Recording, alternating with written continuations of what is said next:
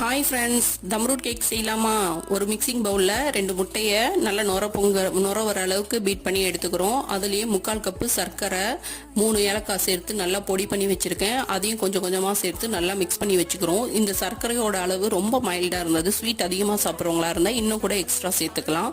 1/2 tumbler அளவுக்கு நெய் சேர்க்கணும். நெய் அதிகமாக சேர்த்தா திகட்டும்ங்கிறதுனால கொஞ்சமாக நெய் சேர்த்து மீதியை நான் எண்ணெய் சேர்த்துக்கிட்டேன், வாசனை இல்லாத எண்ணெய்.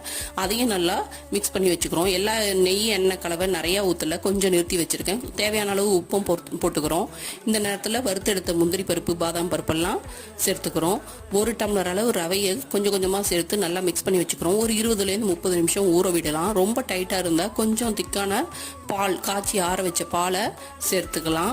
இது தோசை மாவை விட கொஞ்சம் டைட்டாக இருக்கணும். ரொம்ப லூஸாகவும் இருக்கக்கூடாது, ரொம்ப டைட்டாகவும் இருக்கக்கூடாது. அதான் பதம். நான் நிறுத்தி வச்சுருந்த எண்ணெய் நெய்யை பார்த்தீங்களா? இதுக்கப்புறம் என்ன ஆச்சுன்னு வெயிட் பண்ணி அடுத்த வீடியோவில் பாருங்கள்.